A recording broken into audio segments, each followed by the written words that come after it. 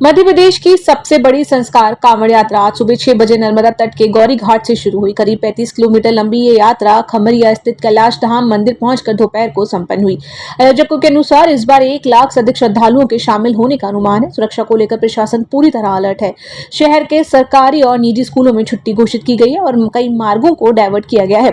तेज आवाज वाले डीजे और हॉर्न स्पीकर पर प्रतिबंध है। खास बात यह है कि हर श्रद्धालु एक पौधा लेकर चलता है, फिर कैलाश धाम में रोपित किया जाता है।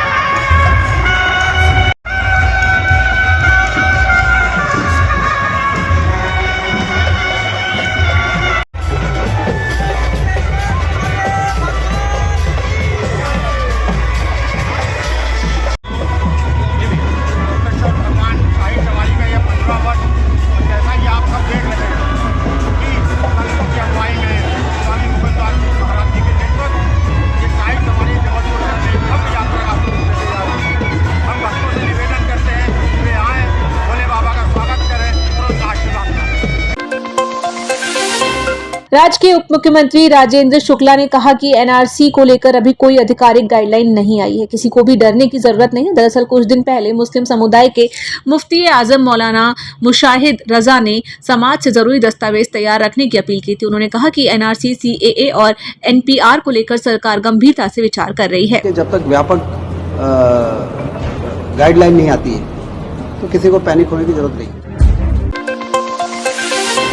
जबलपुर के गोल बाजार में इंडियन कॉफी हाउस की 15वीं नई शाखा का उद्घाटन रविवार को किया गया। कार्यक्रम में पीडब्ल्यूडी मंत्री राकेश सिंह और महापौर जगत बहादुर सिंह अन्नू मौजूद रहे। महापौर ने बताया कि देश भर में इंडियन कॉफी हाउस की 187 से अधिक शाखाएं संचालित हो रही हैं। जबलपुर में इसकी नई शाखा खुलना गौरव की बात है। इंडियन कॉफी हाउस की आज 15वीं ब्रांच जबलपुर शहर में खोली गई है। पूरे देश में 200 की ओर अग्रसर है इंडियन कॉफी हाउस। 187 ब्रांच से ज़्यादा जबलपुर शहर पूरे देश में इंडियन कॉफ़ी हाउस की खोली जा चुकी है। ज़बरदस्त व्यवस्था के साथ इंडियन कॉफ़ी हाउस अपने चरम पे है। राजगोपालन साहब के नेतृत्व में आज ये ब्रांच खोली गई है। इसका उद्घाटन हमारे मंत्री आदरणीय राकेश सिंह साहब के कर कमलों से आज किया गया है। निश्चित तौर पे 9000 से ज़्यादा लोग इंडियन कॉफ़ी हाउस में कार्यरत हैं और ये बेहतरीन कोऑपरेटिव का मामला है जो पूरे देश में हम देख सकते हैं कि ये सब अपने आप में पार्टनर्स हैं। सारा कुछ जो कुछ भी आता है वो शेयर होता है। इनकी ड्यूटीज चेंज होती रहती है, इनका प्रमोशन होता रहता है। ऐसा कोऑपरेटिव, इतने अच्छे तरीके से चलने वाला कोऑपरेटिव बहुत कम देखने को मिलता है। बधाई देता हूँ इंडियन कॉफ़ी हाउस के सभी सदस्यों का, 9000 से ज़्यादा लोगों का, जो राजगोपालन जी के नेतृत्व में बहुत शानदार सुविधाएँ पूरे देश में दे रहे हैं। हम सौभाग्यशाली इस बात के लिए हैं कि ये इतना बड़ा कोऑपरेटिव और जबलपुर शहर से शुरू हुआ है। इंडियन कॉफ़ी हाउस की पूरी टीम को बहुत बहुत बधाई, ढेर सारी शुभकामनाएं। प्रधानमंत्री नरेंद्र मोदी के एक पेड़ मां के नाम अभियान के तहत जबलपुर के घुघरा वाटरफॉल लम्हेटा घाट में समरसता सेवा संगठन द्वारा वृहद पौधारोपण कार्यक्रम आयोजित किया गया। लोक निर्माण मंत्री राकेश सिंह ने पौधारोपण कर सभी से पर्यावरण संरक्षण की अपील की। संगठन ने बताया कि पौधों के संरक्षण के लिए भी विशेष प्रबंध किए गए हैं। पर्यावरण की रक्षा और संरक्षण ये आज की एक बड़ी आवश्यकता, ये सभी कहते हैं। लेकिन ऐसे भी लोग हैं जो ये मानते हैं कि पर्यावरण की रक्षा और संरक्षण बिना खुद की सहभागिता के समाज से उम्मीद नहीं की जा सकती।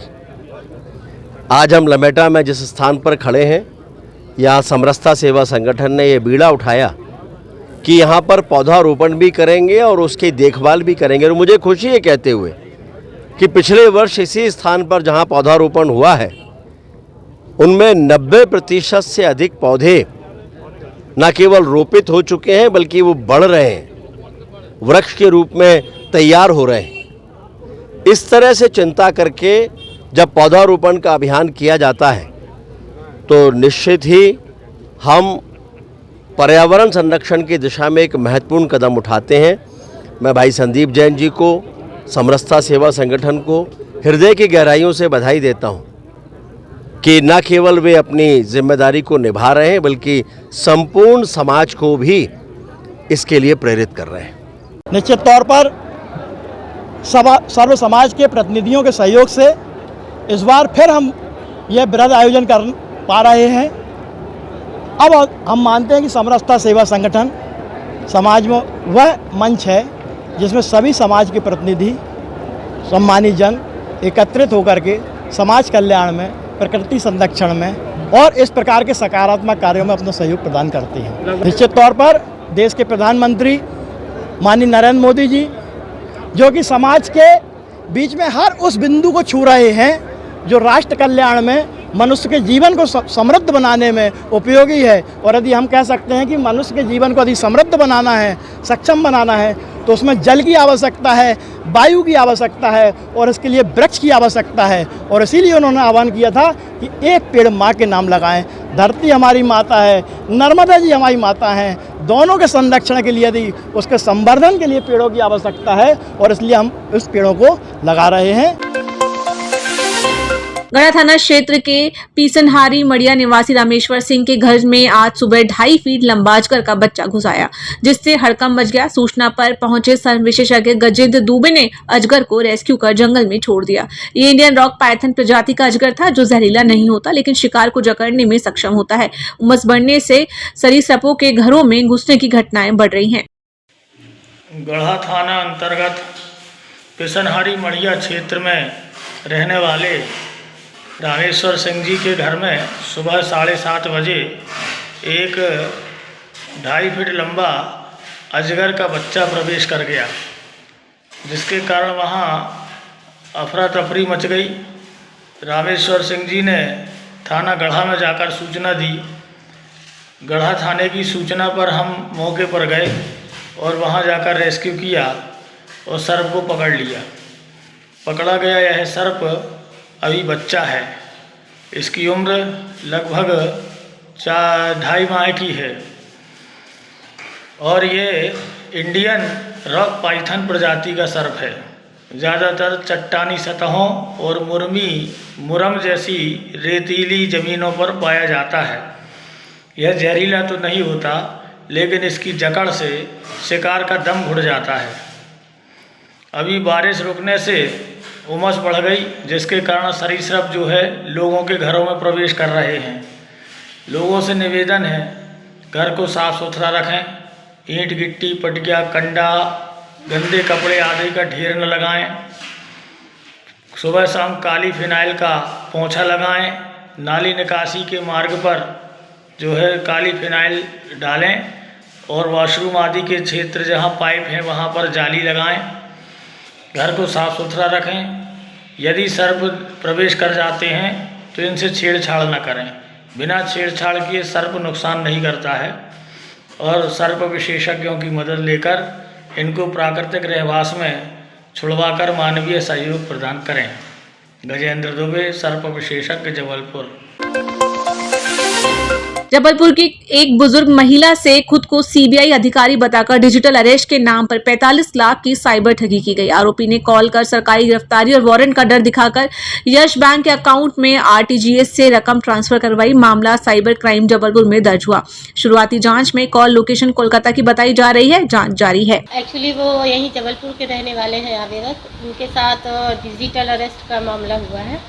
उनको एक अज्ञात व्यक्ति ने मुंबई क्राइम ब्रांच का डीसीपी बनकर उनको धमकाया, बताया कि आपके विरुद्ध मनी लॉन्ड्रिंग का केस हुआ है और उस जिसके खिलाफ आपके विरुद्ध वो अरेस्ट वारंट निकला है।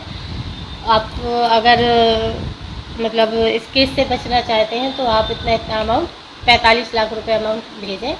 तो आवेदक ने डर में या झूठे केस में फंसाए जाने के डर से आरटीजीएस के माध्यम से 45 लाख रुपए उनके यस बैंक के खाते में ट्रांसफर किए। ये एक बार में ही कि अलग अलग किस्तों में? नहीं, एक ही बार में किया है आवेदक ने। और उनके डिजिटल अरेस्ट? हाँ, डिजिटल अरेस्ट रखा गया था उनको और आवेदक को वही धमका के बोला कि आप किसी से ना बात करेंगे, ना किसी से फ़ोन पे बात करेंगे, ना किसी से मिलेंगे, ना ही किसी को बताएंगे, वरना आपके खिलाफ आपके पूरे परिवार को ले लिया जाएगा या आपको मार दिया जाएगा। इस टाइप से उसको डराया धमकाया गया था। कितनी देर तक रखा? करीब 1 दिन के करीब रखा गया है, 1 या 2 दिन के करीब। ऐसी घटना यदि किसी के साथ घटती है तो उसको क्या करना चाहिए, आप क्या सलाह देंगे? मैं उनको यही बता, अगर इस टाइप से उनके पास कोई फ़ोन आता है किसी भी व्यक्तिगत कि वो कोई किसी भी अधिकारी या पुलिसकर्मी बन के फ़ोन करता है, तो सबसे पहले उस पर बिल्कुल भी विश्वास ना करें और उसकी वेरिफिकेशन करें कि वो संबंधित थाने में जाके सूचित करें, उसकी बातों में बिल्कुल भी नहीं आए। पैसे ट्रांसफ़र करने की जो बात है, क्या पैसे ट्रांसफ़र करना चाहिए लोगों को? बिल्कुल नहीं करना चाहिए। हम कुछ पता चल पाया कौन लोग थे जिन्होंने कॉल किया था, कहाँ के थे? ये अभी तो ये संदेही जो बैंक खाता आया है वो कलकत्ता का आया है, बाकी अभी और जानकारी आना शेष है। मैम आपका नाम? मैं राज्य cyber state cyber sell zone Jabalpur से इंस्पेक्टर सविता ठाकुर।